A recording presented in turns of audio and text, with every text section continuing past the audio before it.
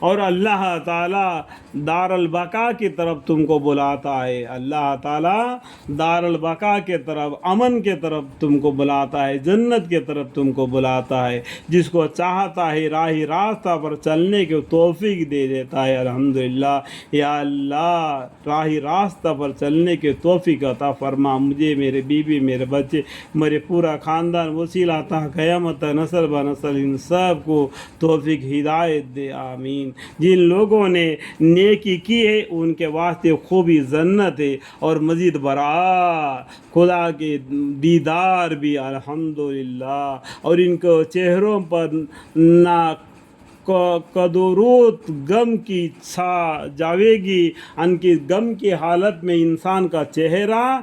بگڑا ہوا ہوتا ہے، اس طریقے سے نہیں بگڑے گی، کیونکہ جنتی آدمی آرام سے ہوں گے، اللہ کے دیدار کو بھی دیکھیں گے، اور نہ ذلت، یہ لوگ جنت میں رہنے والے ہیں، ان کے اوپر نہ کوئی ذلت ہوگی اور نہ ان کے چہروں پر غم کی نشانیاں بھی نہیں ہوں گے، وہ ہمیشہ آرام کی دائم نعمتوں میں ہمیشہ رہیں گے جنت میں، اور اللہ کی دیدار بھی کریں گے۔ اور جن لوگ نے بد کام کیے، غلط کام کیے، الٹے سلٹے کام کیے، نام اعمال بائیں ہاتھ میں لے کے گئے، ان کی بدی کی سزا اس کے برابر ملے گی۔ اللہ تعالیٰ کی رحمت ہے، جو نیکی کریں گے 10 گنا زیادہ ثواب کر کے اس کا ثواب دیں گے، اور جو بدی کرے گا اتنا ہی کا سزا دیں گے جتنا بدی کیا، نیکی کا 10 گنا زیادہ دیں گے، بدی کا اتنا ہی سزا دیں گے جتنا بدی اس نے لے کر آیا۔ اللہ کی رحمت ہے، اللہ کی رحمت ہے، الحمدللہ۔ اور ان کو ذلت چھائے گی، ان کو اللہ کے عذاب سے کوئی نہ بچا سکے گا، ان کے چہروں کی قدرت کی ایسی حالت ہوگی کہ گویا ان کے چہروں پر اندھیری رات کے پورت لپٹ دی گئی ہے، ان کا چہرہ بالکل ایسا مڑا ہوا ہوگا کہ جیسا کہ بالکل لپٹے ہوئے اندھیرے کے رات کے پرت لپٹ دیے گئے ہیں، کیونکہ وہ جہنم کو دیکھنے کی وجہ سے یہ لوگ دوزخ میں رہنے والے ہیں، اللہم کرے وہاں اس میں ہمیشہ رہیں گے، اور وہاں دن بے قابل ذکر ہے جس روز ہم ان سب کو، ہم مطلب کہ اللہ تعالیٰ دیکھو، اور وہاں دن بے قابل ذکر ہے جس روز یعنی اللہ تعالیٰ ان سب خلائق کو میدان قیامت میں جمع کریں گے۔ جمع ہونے کا دن قیامت کا دن، قیامت کو بھی انڈائریکٹ میں بہت سے جگہ پر آیا ہے، اس سے معلوم سمجھنا چاہیے کہ جمع ہونے کا دن کون سا ہے، قیامت کا دن،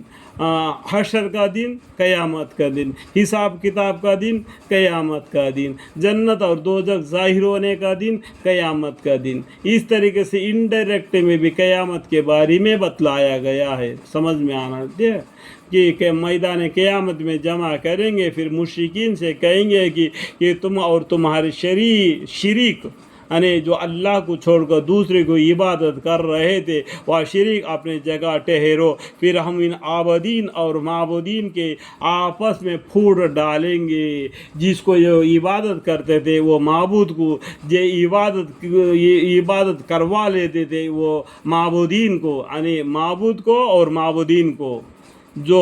خدا کو علاوہ ٹھہرا کر خدا عبادت کرتے تھے، ان کو اور ان کو عبادت کرنے والوں کو آپس میں پھوٹ ڈالیں گے، اور ان کے وہ شریک ان سے خطاب کر کے کہیں گے کہ تمہاری عبادت نہیں کرتے تھے، جس کو اللہ کو چھوڑ کر دوسرے کو عبادت کر رہے تھے، کل قیامت کے دن وہ یہ جواب دیں گے کہ ان سے خطاب کر کے کہیں گے کہ تم ہماری عبادت نہیں کرتے تھے، کیونکہ وہ پتلے تھے، مٹی سے بنا یا پتھر سے بنا ہوئے وہ پتلے تھے، نہ ان کے آنکھیں، نہ ان کو زبان ہے، نہ وہ کھاتے نہ وہ پیتے، سب کچھ اس کے سامنے رکھتے ہیں، اور 1-2 دن کے بعد میں اس کو نکال پھینک دیتے، اور زیادہ دن رہے گا تو سڑا ہوا